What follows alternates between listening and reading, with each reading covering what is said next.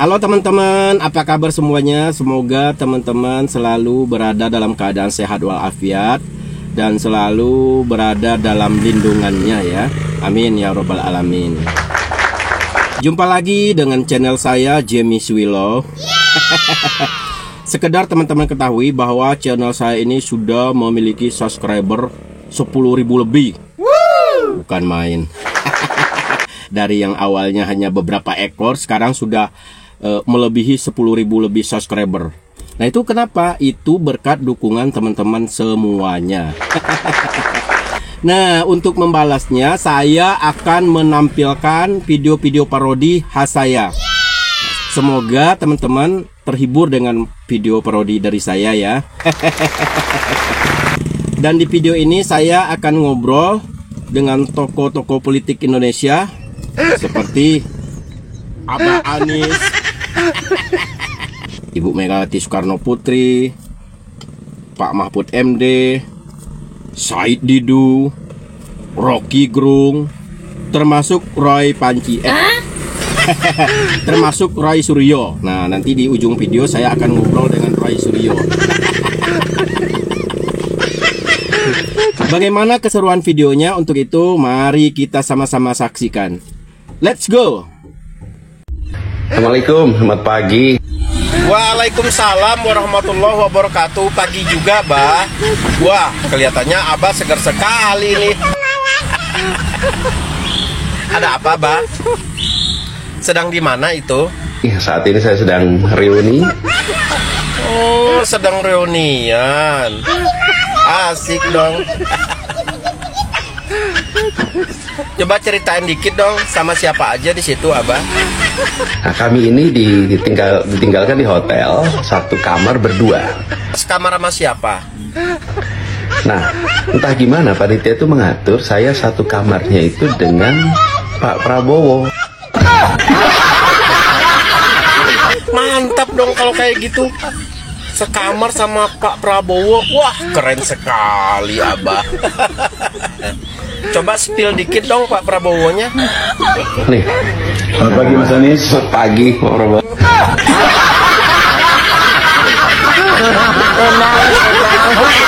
Saya kira Pak Prabowo yang asli, Bang. Nggak taunya KW. Pak Didu, ini parah. Ya. Ini mohon maaf nih, saya harus bicara fakta.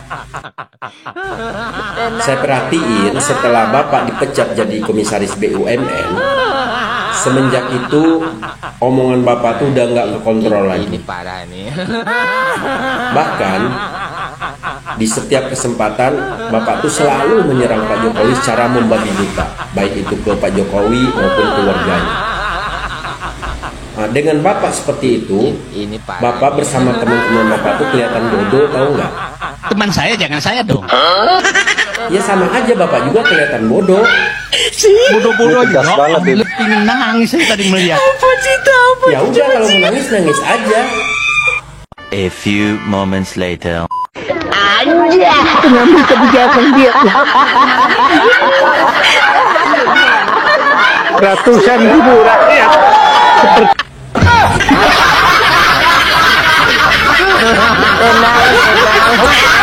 Dia nangis beneran, guys. Pak Mahfud, Ya. saya mau tanya nih sama Pak Mahfud. Bagaimana sosok Pak Jokowi di mata Bapak? Baik tuh Pak Jokowi.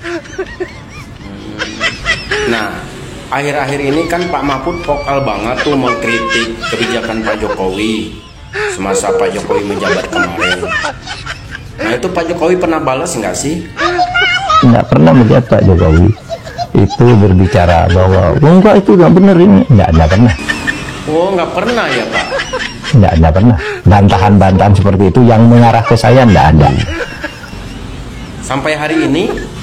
Sampai hari ini dengan perbuatan saya yang sejak bulan Agustus itu ngeritik keras, tapi saya nggak pernah melihat Pak Jokowi itu berbicara bahwa enggak itu nggak benar ini, nggak pernah. Terus waktu pamitan Pak Mahfud baik-baik nggak? Saya ketika pamit juga baik-baik. Nah begitulah Pak Jokowi Pak. Segimanapun serangan Bapak ke beliau nggak pernah ngebales Pak. Akhirnya Bapak sadar sendiri kan? Ya. Makanya Pak Mahfud, saya bilang kemarin-kemarin tuh Pak Mahfud hanya salah pergaulan. Ya, cobalah bergaul dengan orang baik-baik. Pasti Pak Mahfud nggak akan terpengaruh kayak gini, gitu. Ya, syukur alhamdulillah Pak Mahfud udah kembali ke setelan awal dan semoga lebih baik lagi ke depannya ya Pak. Baik. Oke, jangan pernah salah pergaulan lagi ya.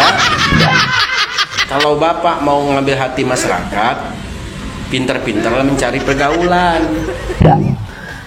Karena pergaulan itu akan menentukan kesuksesan Bapak ke depannya. Itu siapa tahu dengan Bapak bergaul dengan orang baik-baik, ke depannya Bapak bisa masuk kabinet gitu. Saya percaya kok Pak Mahfud tuh orang baik sebenarnya. Cuman kemarin-kemarin tuh hanya salah pergaulan aja. Tapi ya udahlah, yang berlalu biar berlalu. Sekarang kita buka lembaran baru, oke?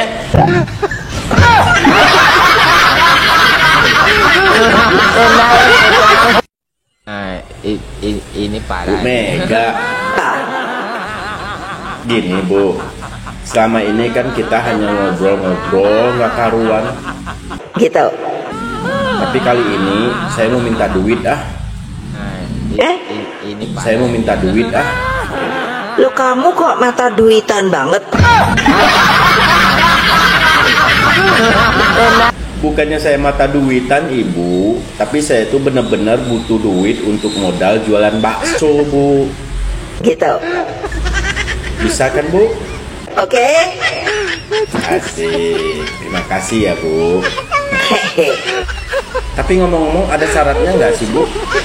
Ada. Oh ada, apa itu Bu? Kamu KTP-nya ada? KTP bentar saya ambil dulu ya Bu, KTP-nya. Ini Bu KTP saya Bu. Nih, ada kan Bu? Itu tanda terima. Terus Ibu mau ngasih amplop saya berapa? Ini jumlahnya 1 juta loh. 1 juta. Yes. Terima kasih banyak ya Bu. Mana dong amplopnya, mana? Ih, Asik, dapat amplop dari Bu Mega. Saya buka dulu ya Bu amplopnya ya. buka. Bismillahirrahmanirrahim. Parah nih. Loh, kok isinya cuma 300 sih Bu, katanya tadi 1 juta. Sama suruh nerima. Mana cukup ini buat modal jualan bakso, nggak cukup ini. Kesian deh. Ibu bohong aja katanya tadi 1 juta mau ngasih. Enak aja.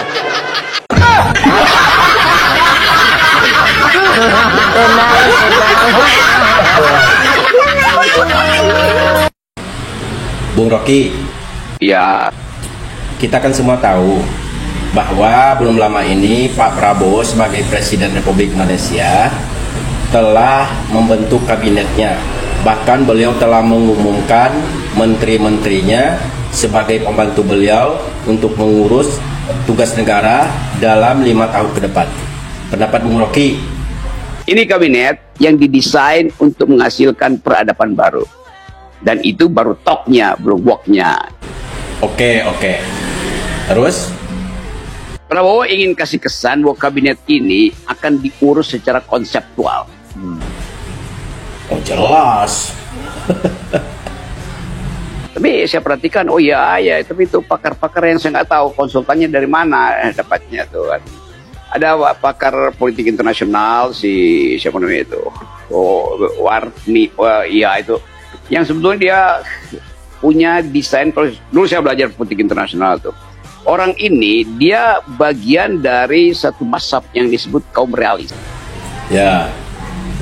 Prabowo ingin kasih citra di depan, tetapi dia nggak mau ambil konsekuensi. Citra itu juga mesti dipakai untuk mengevaluasi menteri-menterinya. Itu. Bung Rocky, kan semua menteri-menteri itu sudah diberikan pembekalan oleh Pak Prabowo sewaktu di Hambalang. Intinya, kabinet yang dipimpin oleh Pak Prabowo ini akan diurus secara konseptual. Pendapat Bung Rocky? Oke, itu permulaan yang bagus untuk memberatkan bahwa kabinet memang harus diurus secara konseptual. Secara konseptualnya selesai, lalu dilatih mentalnya di lembah tidara. Itu juga semacam kejutan awal. Ya, tapi kan Pak Prabowo sudah pernah menekankan kepada menteri-menterinya sewaktu sidang kabinet pertama. Beliau mengatakan bahwa kalian hanya akan diandalkan jika kalian pro kepada rakyat. Pendapat Bung Rocky? Kan semua itu semacam kegembiraan awal itu.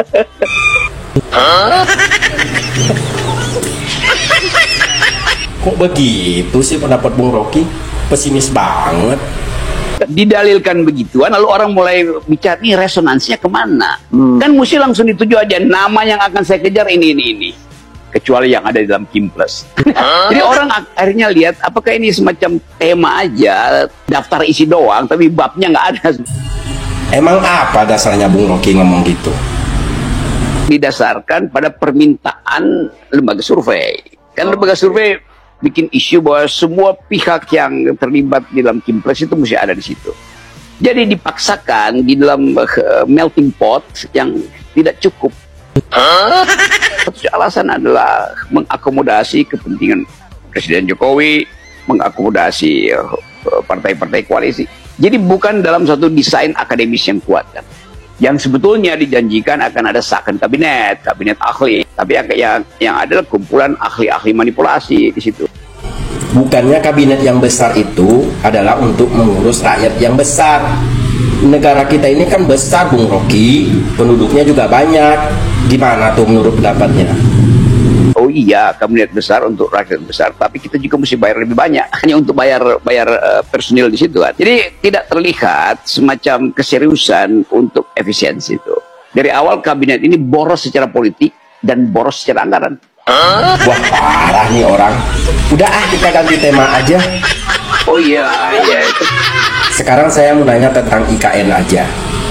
Menurut Bung Rocky, apakah di era Presiden Prabowo ini IKN itu akan diteruskan apa dibatalkan? Pendapatnya? IKN akan dirubah Prabowo jadi ini karya nihil. Namanya istilah itu istilah ekonomi apa? Forecasting gitu kan. Bahwa ini lebih baik dibatalkan sekarang daripada APBN itu dipakai terus-menerus sampai habis. Saya sangat tidak setuju dengan pendapat Bung Rocky soal pembatalan IKN. Kita lihat bahwa di video yang terbaru di situ dikatakan bahwa Presiden RI Prabowo Subianto akan meresmikan Istana Garuda di ibu kota Nusantara. Ayo.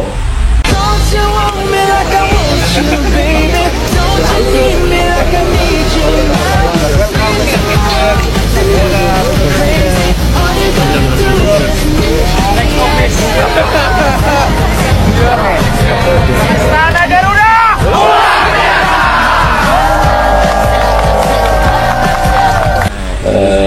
Asal aja ngomong. Sekarang masuk ke segmen terakhir. Tadi kan kita sudah bicara banyak tentang postur kabinet, tentang IKN, dan sekarang saya mau menanyakan langsung yang berhubungan dengan Bung Rocky. Satu kata yang menggambarkan peran Bung Rocky untuk negara ini apa? Gagal. Loh, kok gagal? Katanya si paling segalanya, paling pinter, paling jenius, akal sehat dan sebagainya. Tapi kok jawabannya gagal sih?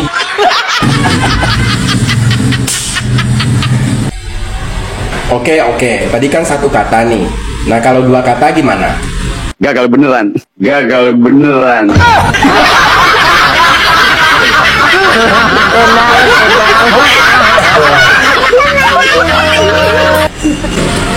Satu kata gagal. Dua kata gagal beneran.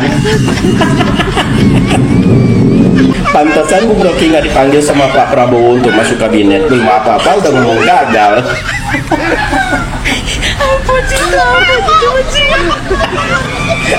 Udah. Ini parah. Mas Roy, daripada Anda ngurusin akun pupu papa yang nggak jelas itu, toh pada akhirnya Anda juga dilaporkan ke polisi, ya kan? Iya. Ini parah. Mending kita nyanyi lagu Indonesia Raya dulu yuk. Lagu kebangsaan kita. Masih ingat kan? Saya langsung teringat itu. Nah itu masih ingat. Coba nyanyi. Yo mulai. Parah nih. Indonesia tanah air, cinta satu negara. Apa cinta, di sanalah airku, di sanalah tanah air. Stop.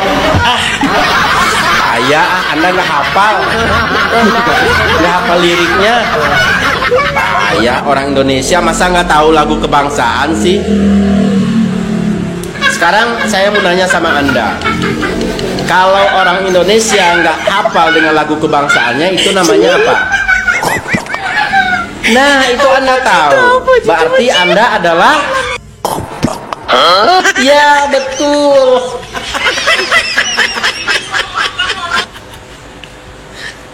Udah malas ngobrol sama Anda. Mending Anda molor aja sana lah. Udah molor sana. Anja.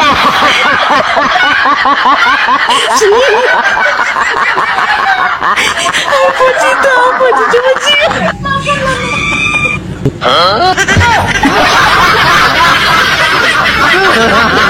Mas Roy.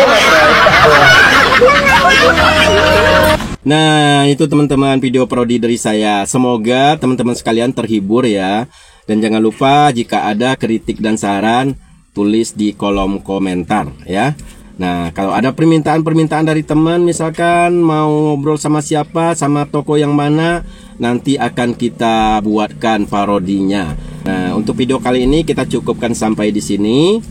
Kita akan ketemu lagi pada parodi-parodi berikutnya. Sekian, wassalamualaikum warahmatullahi wabarakatuh.